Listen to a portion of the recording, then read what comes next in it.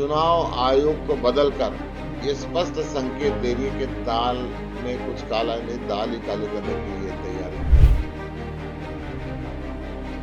कांग्रेस का एक एक कार्यकर्ता, आम आदमी पार्टी का एक एक कार्यकर्ता पूरे हरियाणा में 10 के 10 सीटों मुस्तैदी से लगा हुआ है। सैनिक की ड्रेस बना के मरने के लिए सीमा पर लगे हुए। 5 साल खूब लूटा, 450 रुपए वाला सिलेंडर 1100 रुपए कर दिया, और जब चुनाव आए तो 100 रुपए घटा दिए, कहते बजाओ ताली।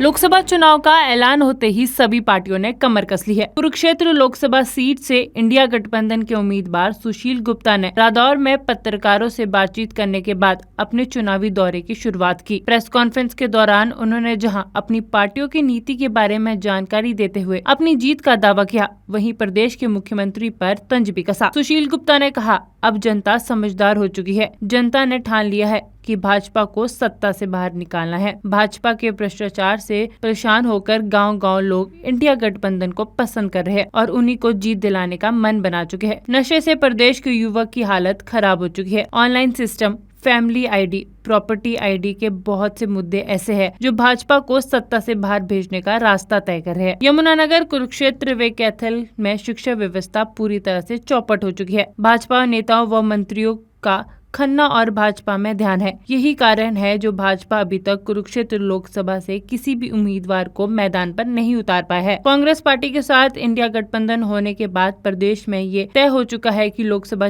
सीटों में इंडिया गठबंधन के उम्मीदवारों की जीत पक्की है। गुप्ता ने कहा, कुरुक्षेत्र लोकसभा क्षेत्र के लोग मौजूदा संसद सैनी से नाराज है। जो व्यक्ति अपनी पत्नी को जिला परिषद के चुनाव में जीत नहीं दिला सका, वे लोकसभा उम्मीदवारों को कैसे जीत दिला पाएगा, इसका अंदाजा आसानी से लगाया जा सकता है। प्रेस कॉन्फ्रेंस में कांग्रेस नेताओं व कार्यकर्ताओं के मजबूत न होने के सवाल पर उन्होंने कहा कि आप व कांग्रेस गठबंधन पूरी तरह से मजबूत है और कांग्रेस पार्टी के सभी नेता भी जी जान से इस गठबंधन को जीत दिलाने में जुट चुके हैं। भ्रष्टाचार मुक्त सरकार, भय मुक्त सरकार, संविधान के ऊपर चलने वाली सरकार। आज भारतीय जनता पार्टी ने संविधान को बिल्कुल तोड़ मरोड़ रही है, लोकतंत्र की हत्या कर रही है, वोटों की चोरी कर रही है, चुनाव आयोग की नियुक्ति के सुप्रीम कोर्ट के फैसले को पलट रही है। चुनाव से अधिसूचना जारी से एक हफ्ते पहले चुनाव आयोग को बदलकर ये स्पष्ट संकेत दे रही है कि दाल में कुछ काला नहीं, दाल ही काली करने के लिए तैयारी में है। परंतु इस क्षेत्र की जनता इतनी बटन दबाएगी झाड़ू के नाम पे, इनकी जो मर्जी सेटिंग हो, सारी सेटिंग फेल हो जाएगी। आम आदमी पार्टी और कांग्रेस का जो गठबंधन है, सामने मुकाबले में नहीं है। एक नारा होता था पहले, कोई नहीं है टक्कर में, क्यों पड़े हो चक्कर में। कांग्रेस का एक एक कार्यकर्ता, आम आदमी पार्टी का एक एक कार्यकर्ता पूरे हरियाणा में 10 के 10 सीट पे मुस्तैदी से लगा हुआ है। और मैं तो जहां जहां गया हूं, कांग्रेस का एक एक लीडर, एक एक कार्यकर्ता मेरे साथ रहा है, मेरे साथ चल रहा है, आज भी मेरे साथ चल रहे हैं और पहले भी मेरे साथ रहा है। ये नेतृत्व परिवर्तन करके जात और धर्म के नाम पे लोगों को गुमराह करना चाहते हैं। परंतु बड़ा स्पष्ट है कि नेतृत्व परिवर्तन इन्होंने इसलिए किया कि 9.5 साल पूरी तरीके से फेल रहे। 2 लाख सरकारी नौकरी थी, स्वीकृत पद इन्होंने भरे नहीं।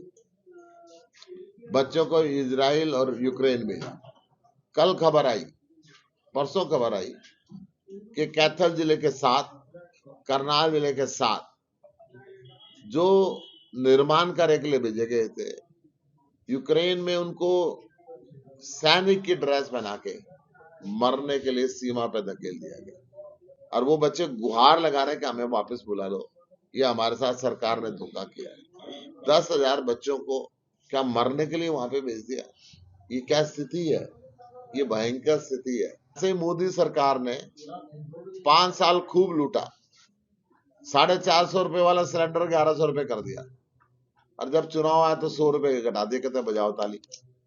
ये ताली अब बजाने वाले नहीं है, हिंदुस्तान के लोग समझ चुके हैं। अब इनकी विदाई का समय तय हो गया है। हर गांव के अंदर जहां जहां मैं अभी तक गया हूं, नायब सिंह जी का गायब रहने का समाचार लगातार गांव वालों ने दिया है कि नायब सिंह जी आते नहीं है, गायब रहते हैं। लोगों ने उनका नाम गायब सिंह भी रखा। और मनोहर लाल जी का इस तरह अचानक मुख्यमंत्री बदल देना, अचानक इनके गठबंधन को तोड़ देना, ये इस बात का स्पष्ट द्योतक है कि भारतीय जनता पार्टी ये स्वीकार कर चुकी है कि 9.5 साल ये सरकार फेल रही।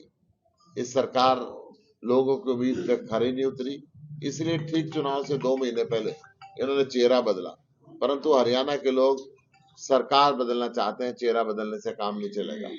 चेहरे की भी कमान उन नायब सिंह जी को दी जो सांसद रहते हुए अपनी धर्मपत्नी को जिला पार्षद का चुनाव नहीं जीता पाए, 4 नवंबर पे आई। तो आप समझ सकते हैं क्या भारतीय जनता पार्टी का हालात हरियाणा के अंदर क्या है।